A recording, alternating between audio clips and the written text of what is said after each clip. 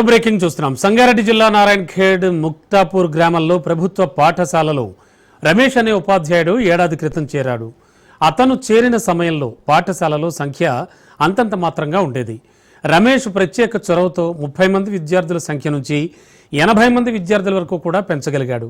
Private పాఠశాలలకు వెళ్లే వాళ్లను కూడా సముదాయించి ప్రభుత్వ బడిలో చేర్పించాడు. ఈ క్రమంలో ఉపాధ్యాయుల అడ్జస్ట్మెంట్లో భాగంగా ఇటీవల రమేష్ను మండలంలోని ఇరక్పల్లికి బదిలీ చేశారు. ఈ క్రమంలో ఆందోళనకు గురైన చిన్నారులు గ్రామస్తులు నారాయణఖేడ్ నాగలిగిద్ద ప్రధాన రహదారిపై ఆందోళనకు దిగారు. తమ ఉపాధ్యాయుడైన రమేష్ తమ పాఠశాలకి రావాలని ప్రధాన రహదారిపై ధర్నా రాస్తారోకో నిర్వహించారు. రమేష్ సార్ తమ పాఠశాలకు రావాలంటూ రోధించారు. చిన్నారులంతా కన్నీరు పెట్టుకున్నారు. దీంతో అక్కడికి చేరుకున్న ఉపాధ్యాయుడు రమేష్ పోలీసులు విద్యార్థులను శాంతింపజేసి అక్కడి నుంచి పంపించి వేశారు.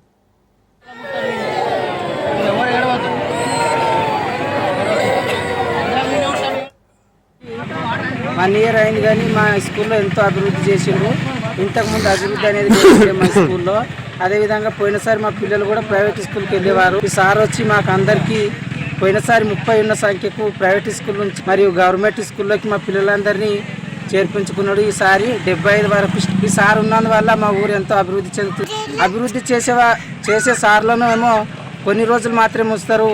ఏం పనులు చేయని సార్లను మాత్రం అప్పుడే వేరే ఊర్లకు ట్రాన్స్ఫర్ చేస్తారు. అందుకోసమే మా పిల్లలు కూడా ఈ సారు ఇరక్పల్లికి ట్రాన్స్ఫర్ అయిందా అని మా పిల్లలు ఎంతో బాధను వ్యక్తపరుస్తున్నారు. కాబట్టి ఈరోజు మా స్కూల్ పిల్లలందరూ మా సార్ మాకే కావాలని మా ముక్తాపూర్ సారు రోడ్డు మీదకి వచ్చి ధర్నా చేయడము జరిగింది. కాబట్టి గవర్నమెంట్ మా ముక్తాపూర్ తరఫున స్పందించి మాకు కావాలనుకున్నటువంటి సార్ని మా గ్రామానికే చేర్పించాలని మా ముక్తాపూర్ ప్రజలంతా విన్నవించుకుంటున్నారని మా యొక్క మనవి. నా పేరు పీరప్ప.